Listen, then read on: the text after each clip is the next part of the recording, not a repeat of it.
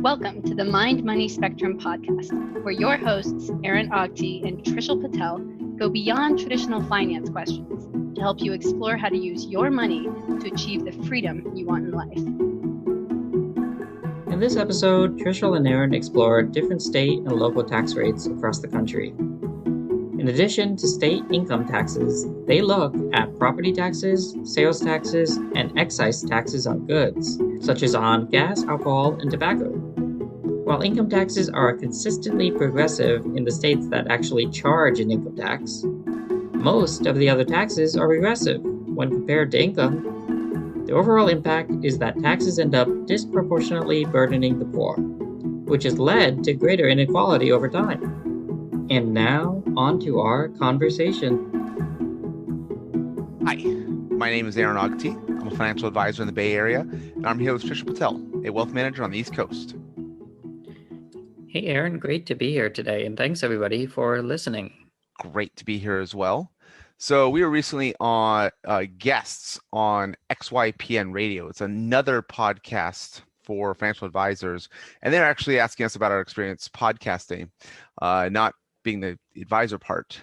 And one of the things that kind of came up with that was Trishul, as a part of the intro, was explaining that he's actually moving from Pennsylvania to Florida soon. And so they were mentioning like, oh, you have compliance issues because advisors are registered either with the state or with the SEC. And after that conversation, Trishul and I kind of just chatting the way we do often, and kind of coming like, Trishul's moving to a state with no state income tax. Florida has no state income tax. And California is kind of infamous for having one of the highest, if not the highest, state income tax. And so we actually just kind of thinking about there's a variety of things that for people all over the country, if you look at your state income tax, it makes a decently big difference, but it's different for everyone. And so we kind of want to talk about state income taxes in general, how that might appeal to everyone or affect everyone, how to think about that, and especially kind of my experience living in California and Trishul's expectations moving to Florida. So Trishul, kind of to start our conversation today on state income taxes, one, like, was this a factor in your decision to move from Pennsylvania to Florida at all, or is this just a nice little benefit? I think it goes back a little ways beyond just this initial move back to Florida. In fact, I used to live in Florida before I ended up here in Pennsylvania. And there's probably a good chance that taxes are somewhat tied to that, maybe from like a third party perspective. The reason is because my former employer was in Florida. And there's a good chance they were in Florida for those types of reasons, in terms of establishing a hedge fund in Florida is more sensible for tax purposes than it might be in another jurisdiction like New York. And for that reason, I ended up there. And I was there for a handful of years. And after I left the hedge fund, I planned on doing some traveling and moving around. And I also had a non-compete that made it more sensible for me to not be in that area. But now none of that's an issue. So I'm looking forward to returning to Florida. And I'm also, frankly, looking forward to paying less in taxes. Sure. I have had a few clients who have moved out of California, and it's actually usually not the state income tax rate that leads them to leave California.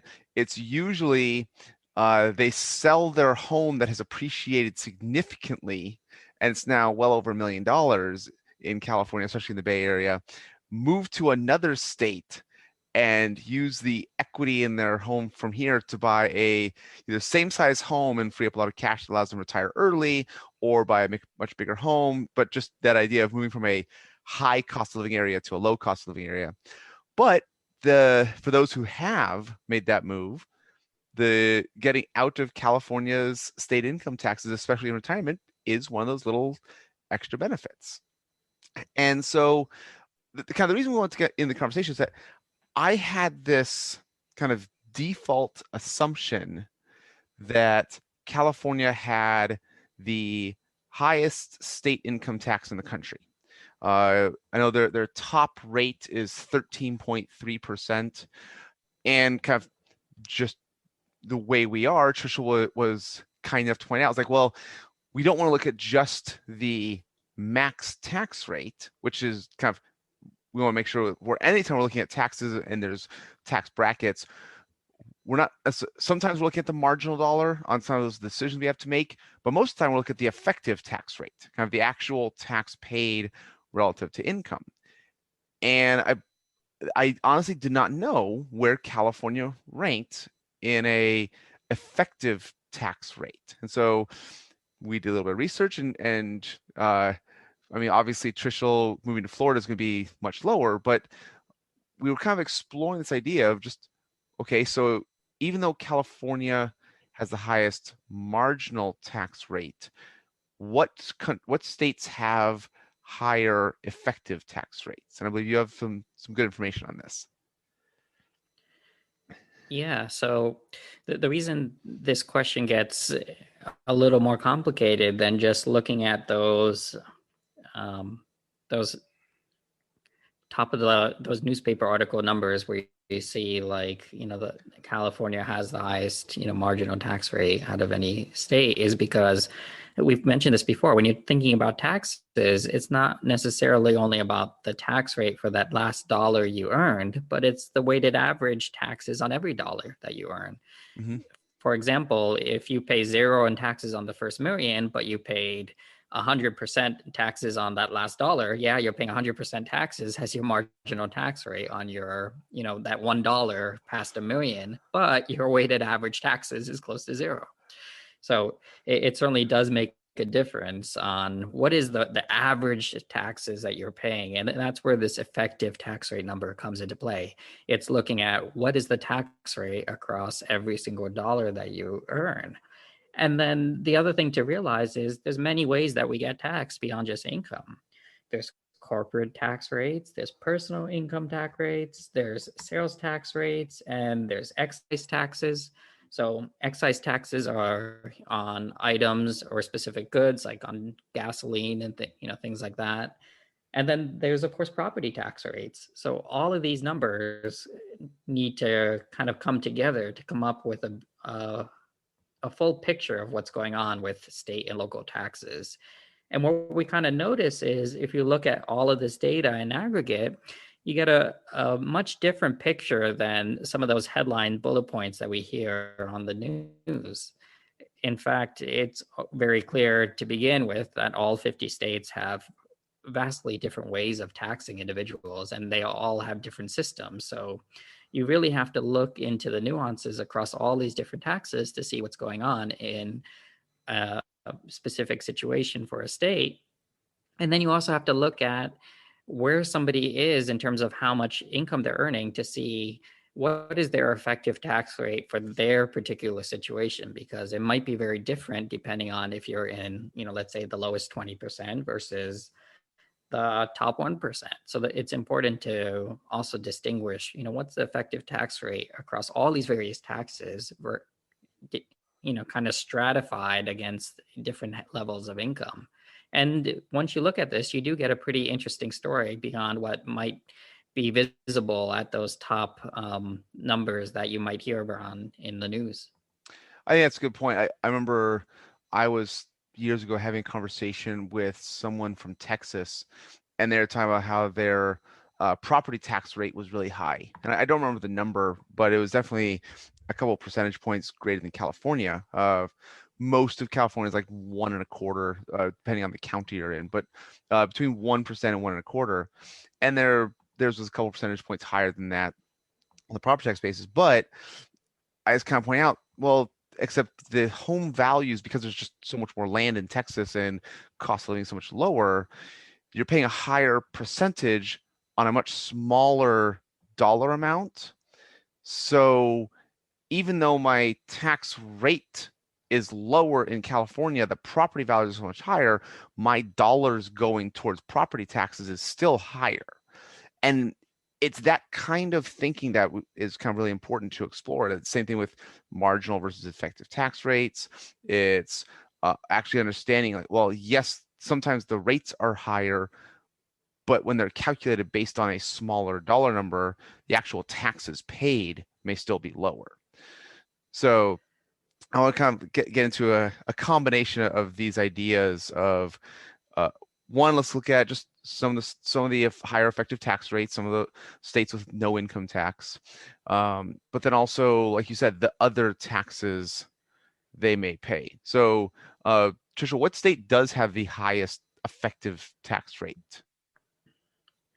So when we want to look at effective tax rate, we want to look at it again across various income groups. So for example, let's kind of start at the top 1% and see, which state has the highest effective tax rate for the top 1%.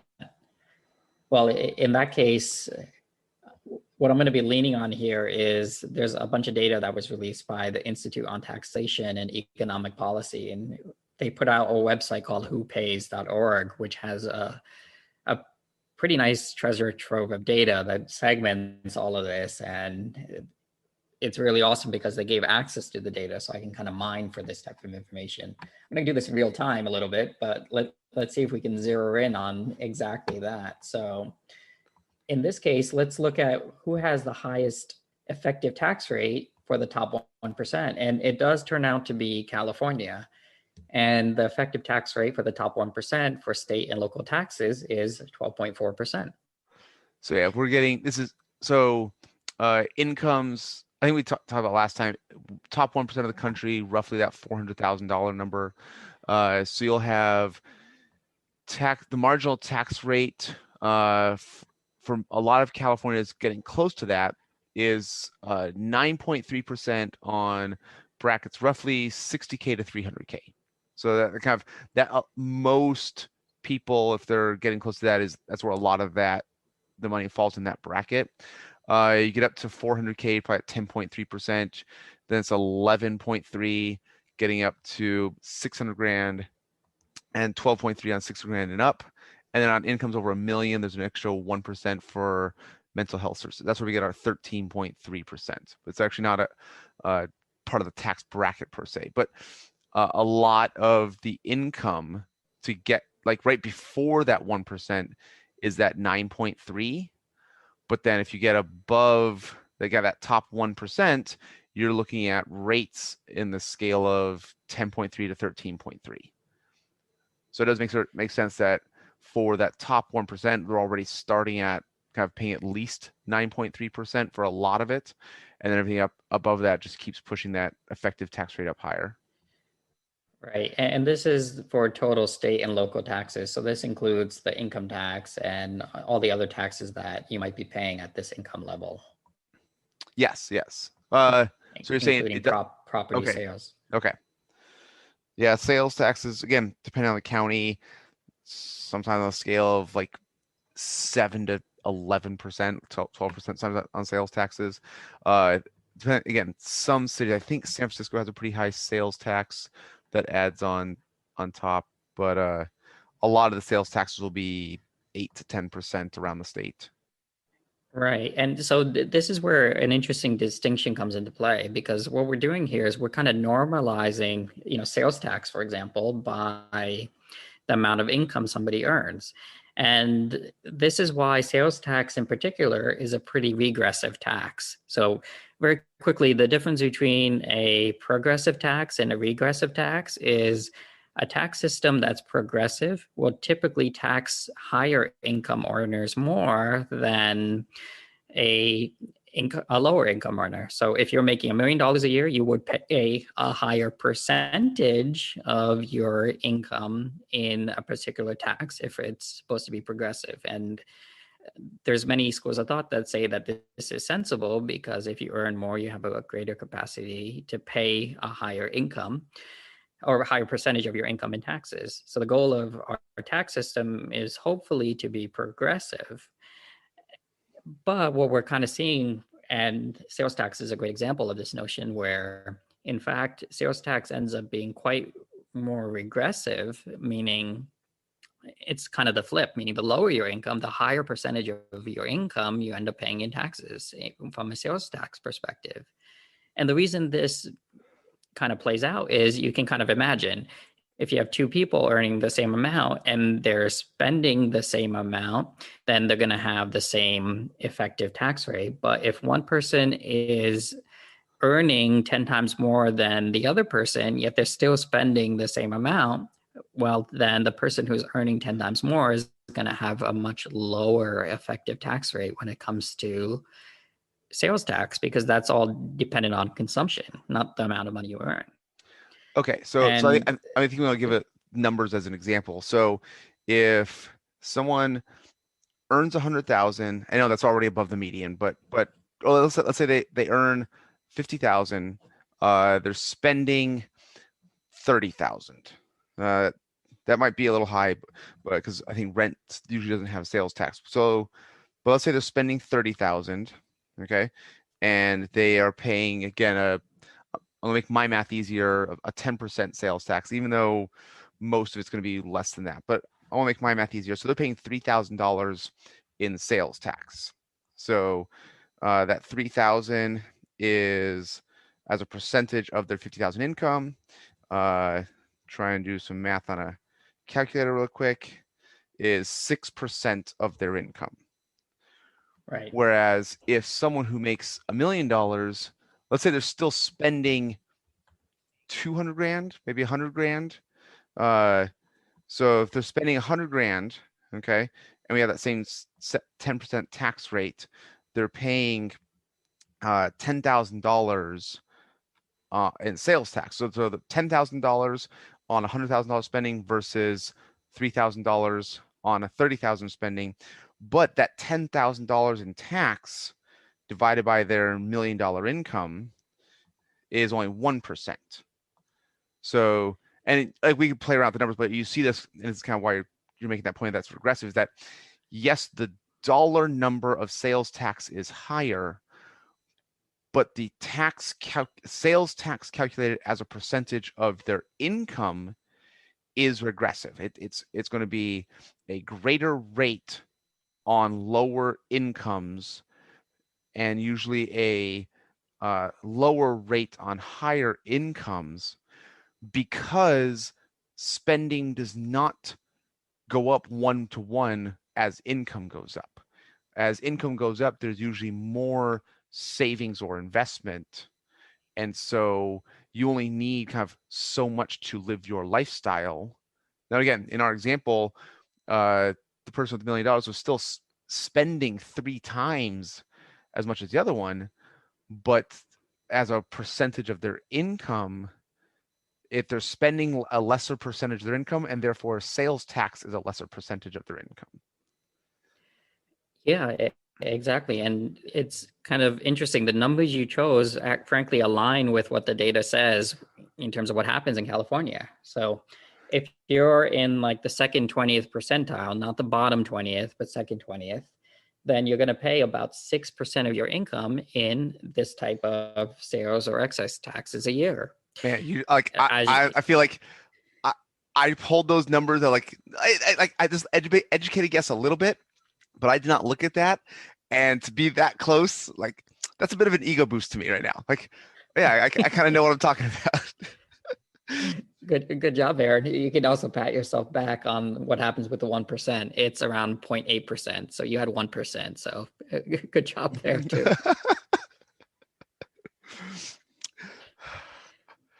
Oh man, I feel like I'm walking lighter. I'm walking taller. Oh man, this feels good.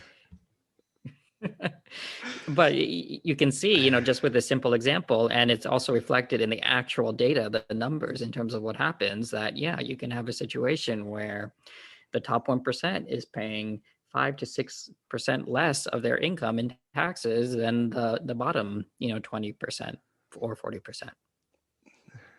And this is for things like sales taxes and excise taxes.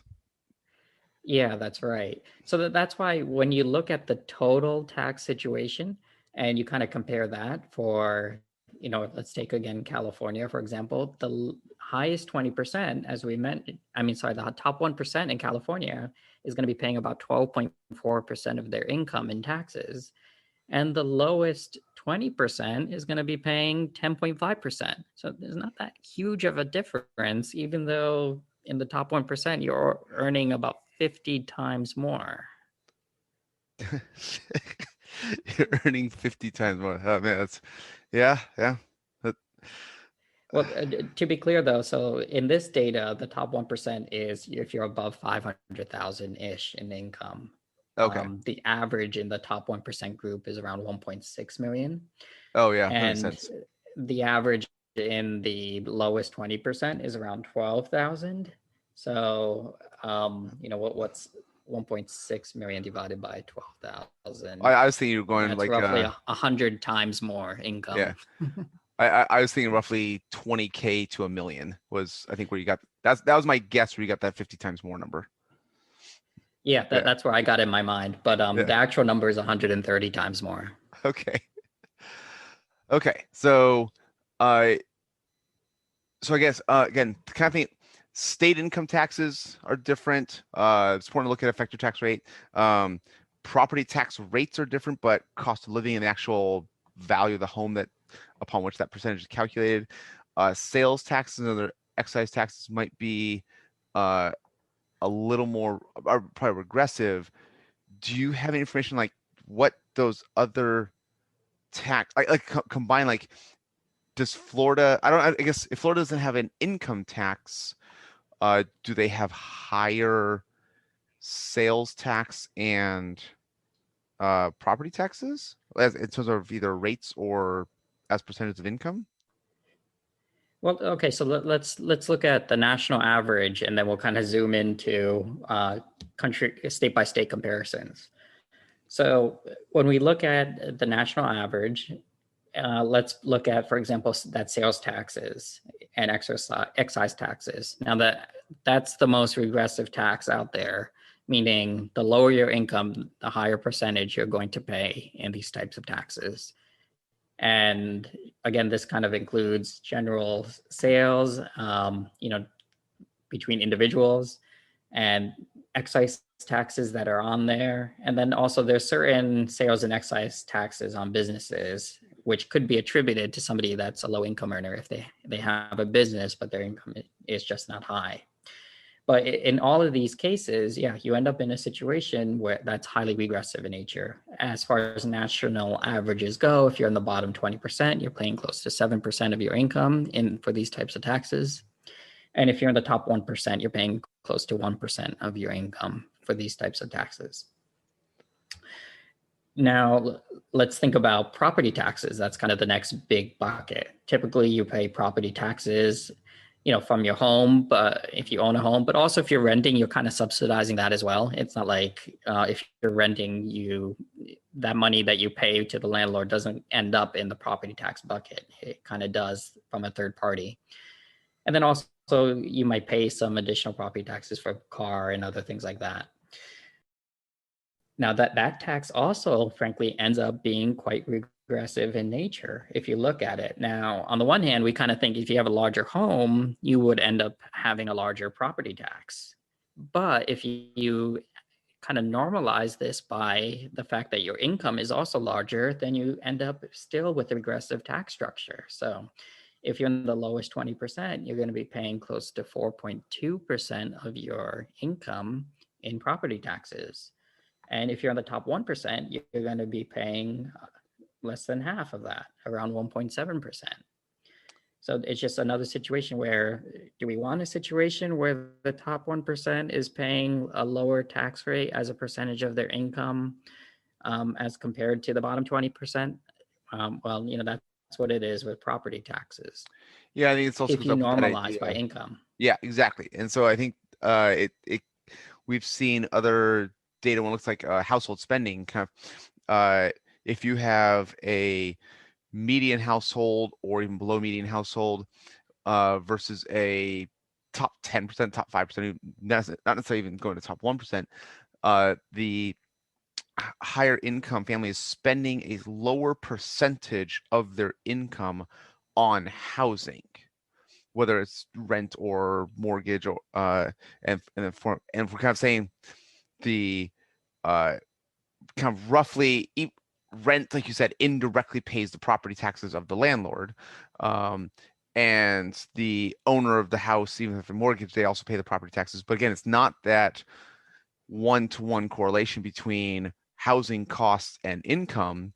It's as your income goes up, your likely housing costs don't go up as much.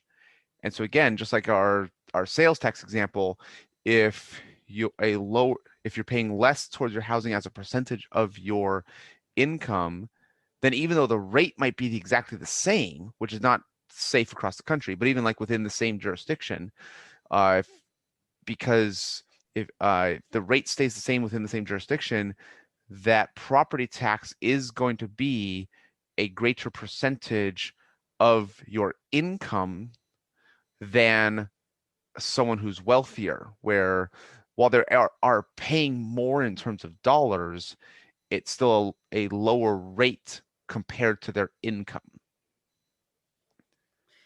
Yeah, that's right. And what we're hoping kind of is there to kind of moderate this regressiveness is the income taxes. Our hope is that the income taxes would be progressive in nature. That's how they're designed, to hopefully balance things out such that if you are earning more, you end up paying more at a state and local level.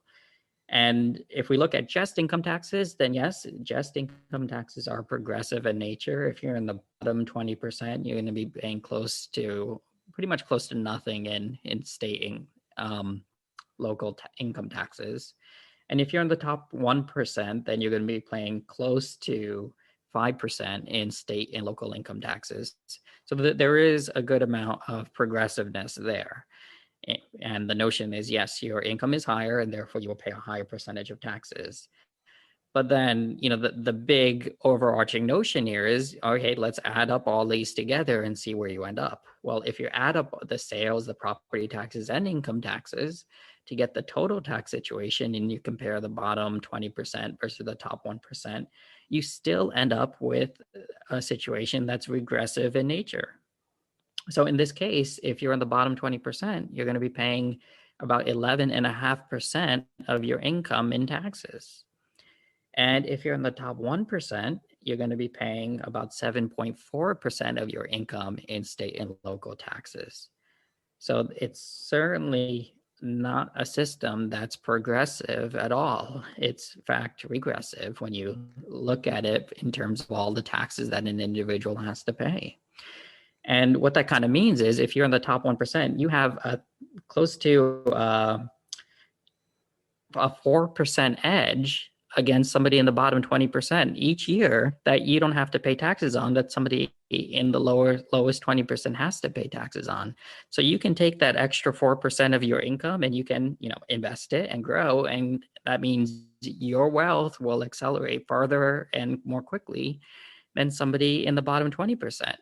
And, the overarching case here is that's a strong contributor to the income inequalities that we've been seeing. Just the fact that our tax situation has this overarching regressive quality, especially when you look at it from the state and local level as we're doing today. So one of the things I want to ask, this is going to be more of a philosophical question. For something like a tax on gasoline, there have been pretty good studies that show if the purpose of the tax is to reduce gasoline consumption to help the environment, there's a decently strong correlation that as gas taxes go up, people use gas less. They actually do spend less on gas. They use fewer gallons, and it actually does help the environment if the goal is to reduce gasoline usage. And you see this around a few other things that might be considered like more vice taxes, or are kind of a little bit of paternalism by the government with things like cigarettes and alcohol and other tobacco products, where you see if taxes are higher on those types of products, it does reduce usage a little bit. And then kind of raising taxes on things like cigarettes and alcohol are very easy politically, that these are kind of those vices that if we're trying to both increase money to the local jurisdiction, whether it's city, county, state, and reduce these uh, uh, vices that have what are called negative externalities. And what that means is, just because I don't smoke, if the person next to me is smoking, I'm still suffering. Same thing with alcohol. Most commonly, if someone is driving drunk, even though I'm not driving drunk, I'm still at risk of being hit by a drunk driver. And so when it comes to kind of raising taxes on things like tobacco and alcohol, it's very easy politically. It increases money to the state or county and does reduce some of those usages. But when it comes to that gas tax, and it works the same thing with the alcohol and tobacco, they are truly regressive. That the lower incomes might be living farther from where they work and might have longer commutes. They are for kind of for a variety of other reasons. There's not as if they might be driving a little bit more, but just the fact that they're driving more at all than a higher income earner means that they are paying that higher gas tax, and it's one of the more regressive taxes out there, but genuinely does help the environment. And so one, I'm curious just kind of your thoughts and philosophies on that of using taxes to curb or reduce usage versus the fact that it is regressive. And it's kind of like we're choosing like which evil do you find less. You're trying to choose between the lesser of two evils, like knowledge. But I'm curious kind of your personal thoughts and philosophies when it comes to that. I think two main things. One thing is that we've seen some evidence where if a government is collecting money that's meant to kind of curb a certain use, then it would make sense that the funds that those funds end up being collected for actually help go towards, maybe funding education or programs or some sort of system to make sure that those funds actually go towards curbing a certain use rather than just collecting that money and doing something wholly different. And that's one issue I kind of see with these types of taxes. And the second issue I see is, yes, it's sensible to have that, to perhaps have this type of excise tax, for example, on gasoline for environmental purposes.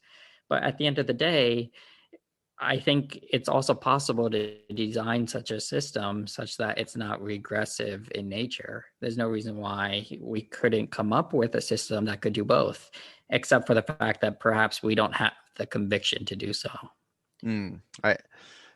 So I'm almost like, how can you think of like how would that work? Like how would trying to tie a gas tax to income rather than gallons used, like how would that curb gasoline usage? Well, so for example, I don't know if you've heard this kind of anecdote, but there's a country, I'm not sure if it's Scandinavian, but I know it's European, where based on traffic police tickets, if you're caught speeding, that's going to be tied to your income. So, for example, if somebody gets a speeding ticket for $200 and they make $20,000 a year, that's a big deal. But if you're making $50 million a year, $200 is change in the back pocket of the front seat. Yeah. And how is that going to curb somebody who really makes millions and millions of years? It doesn't make a dent, but it's still the same fine.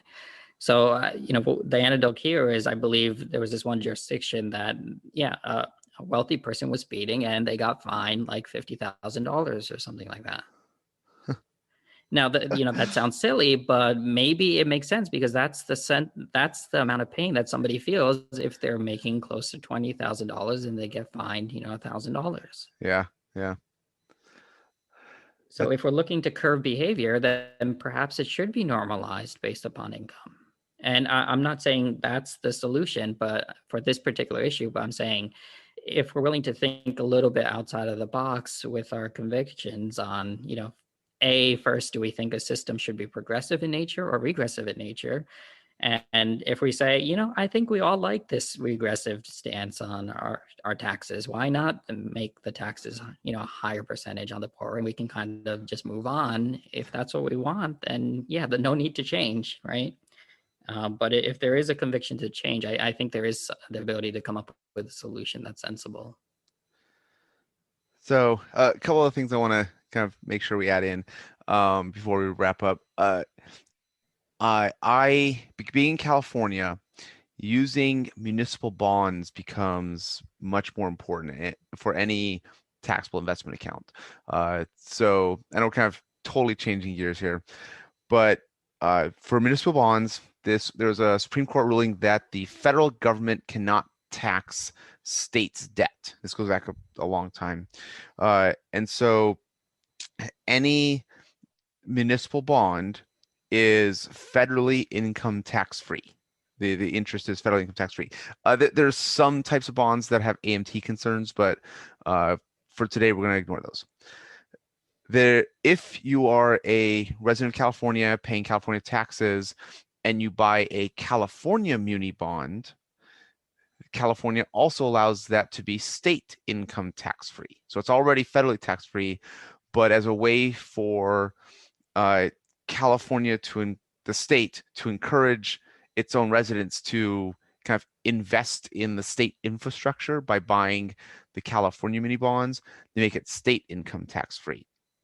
And so this becomes a very important part of an asset allocation strategy.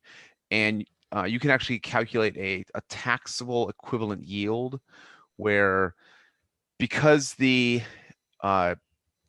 municipalities, so that's what muni bond, municipality, because municipalities know that their bonds are state income tax free, they can pay a lower interest rate compared to a corporation of a similar credit quality. They're the same kind of credit scores or same rating, because the corporate bonds are taxable while these muni bonds are income tax free.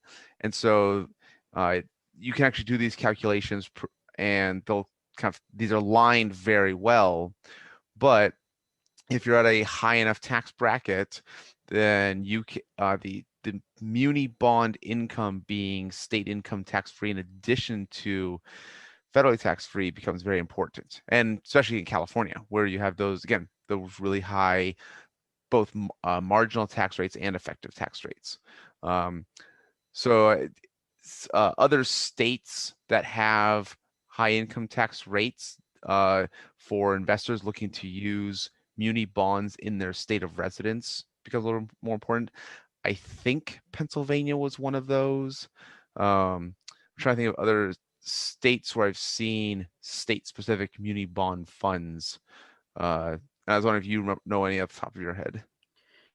I think there's actually a good amount of them because, the notion is if you live in a particular state that has muni bonds, then even if your local jurisdiction has muni bonds, you're kind of in the best of all three scenarios, meaning you could be exempt from federal, state, and local taxes on your municipal bonds if you're in that particular jurisdiction. And it's something definitely to look out for. And then the last thing, so kind of think about that. If you own a national muni ETF, you'll still be federally tax free, and then you actually the 1099 has to show what percentage of your interest from that national muni ETF is attributable to which states.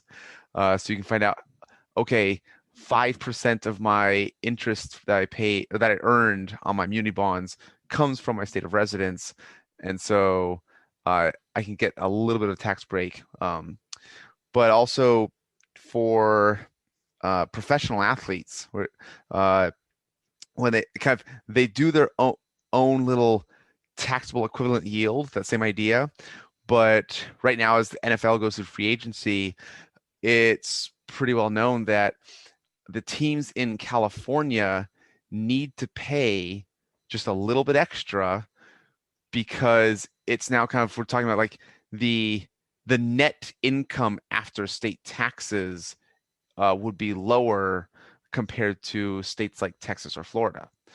And so you do see these, it's so similar to that taxable equivalent yield on the muni bonds compared to a corporate. In this one, it's a net income. So if you need a higher salary in California than you do in Texas or Florida, so that after state income taxes, your net is about the same. It's not quite as clean because also if someone who plays for the Dallas Cowboys, they're in Texas and all their home games, they don't pay income taxes. But if they go play against the Los Angeles Chargers, then California will come to collect taxes on the income they earned while in California. So it's usually a one game check for that game played in California, and actually plays out anytime they go to a different state, which is about half their games. Yikes. They have to file tax returns in each of these other states, and they'll pay the other state's state income tax for that individual game. And it's just it's called a jock tax, but it's also entertainers have the same thing. If they're having concerts or shows in other states, they pay their income attributable to that particular event. They pay it at the state's rate of the state where the event is. And so it's just one of those things when it comes to state income tax rates, fans of professional athletes and entertainers kind of are aware of that just a little bit more. Yeah, that makes sense. I remember when we were hiring with the hedge fund in Florida, part of our sales pitch was if somebody was from New York, we'd say, you get an automatic, X% salary bump just by coming down here and not having to pay your state income tax, your local income tax. Of course, you're going to pay probably double with cost of living expenses if you plan on living in Manhattan versus, someplace down near Palm Beach. We'll give you this. Yes, I like that.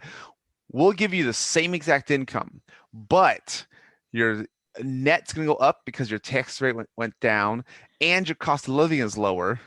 So you have more to save, invest, or spend on discretionary expenses. So it's like, we don't even have to give you a salary bump to get you. We'll just take advantage of the fact that we're in Florida to get you to come down here. Yeah, and I can say it is a pretty good incentive if you kind of add it in together. Yeah. And for me, the other thing was, of course, obviously the weather, but the fact that it's very hard to find a job where in Manhattan you can walk 5 to 10 minutes to work and not have to pay an exorbitant amount in rent. So of course, cost of living is a pretty big deal. Yeah. Anything else that you think of when you think of different state taxes or state income tax or property tax, or like you said, the excise taxes? Well, the numbers I had mentioned earlier, they're actually the aggregate value across all 50 states. But if you kind of zero in, you find that at a state by state level, there are frankly some pretty big differences in terms of, this progressive regressive notion on a state by state level. And I'll just kind of lay out a few states that are at the extremes of this condition. So for example, if you look at Washington State, the lowest 20% is going to pay around 18% of their income in taxes at the state and local level. Huh. But in that same state, if you're the top 1%, you're only going to pay around 3% of your income. Oh, okay. So I sometimes I wonder if there are kind of correlations between more liberal versus conservative states. Like the feeling I get is the more conservative states tend to be a little more regressive, because I don't know if it's because they're either trying to apply flat tax rates and not considering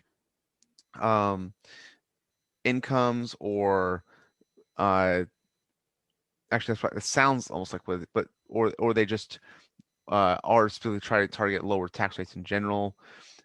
But Washington, I thought, would have been one of the more liberal states, so I'm a little surprised to see that it is that regressive. Yeah, I mean, I'll read off the top, like 5 or 10 in this. So it's Washington, then Florida, Texas, South Dakota, Nevada, Pennsylvania, Tennessee, Oklahoma, Wyoming, and Arizona. So that's the top 10. And yeah, all of these states feature the lowest 20% paying, multiples of what the top 1% would be paying. Yeah. What about, do you have states that are most progressive? Yeah, so at the bottom of the list is so DC takes the cake, where for DC the bottom 20% is paying 6.3%, and the top 1% is paying 9.5%. So 3% difference. Okay. Yep, and then California is second. So we mentioned the bottom 20% is paying 10.5%, and the top 1% is paying 12.4%. So around Okay. two points different. And yeah, the top 10 for this side of the scale is DC, California, Vermont, Minnesota, New Jersey, Delaware, New York, Maine, Maryland, and Utah. Okay. Okay. So if yeah, I don't even know do we even have any conclusions? I feel like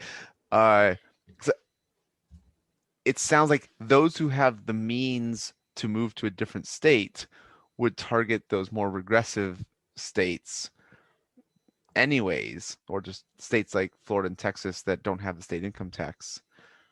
Well, if you have a higher income, yeah. If you have the means and a higher income, yeah. The reason this all started is because I read a statistic that I wanted to kind of fact check, and the statistic is like, off the top of your head, if you think about it, where would you rather move for taxes? Would you rather live in Texas or California? I would have thought Texas. Just in terms of taxes, yeah. Right. And the statistics I read is, actually on average, you're going to pay more taxes in Texas. Because of all the property taxes and excise taxes? Yeah, if you're in a lower income. It's not until you get to the higher incomes do you actually start paying a higher amount of taxes in California. Oh, I see. Okay. So yeah. So that kind of the average person or median person in either of those states, California might be a lower effective overall tax rate than Texas.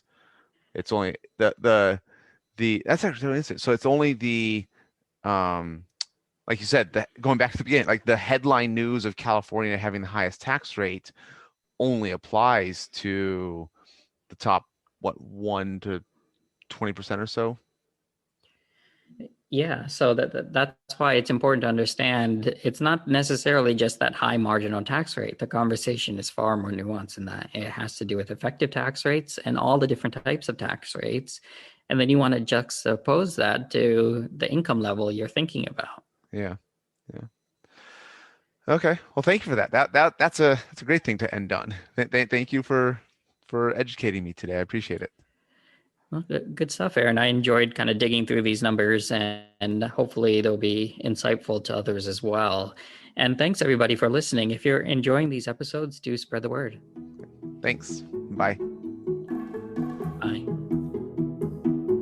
We appreciate you joining us today for this episode of the Mind Money Spectrum podcast. Be sure to visit mindmoneyspectrum.com to access the entire library of episodes. Remember, it's not black and white, but the wide spectrum of gray area where you get to pursue the freedoms you want in life. Opinions voiced in this material are for general information only and are not intended to provide specific advice or recommendations for any individual. All performance referenced is historical and is no guarantee of future results. All indices are unmanaged and may not be invested in directly. Have a nice day.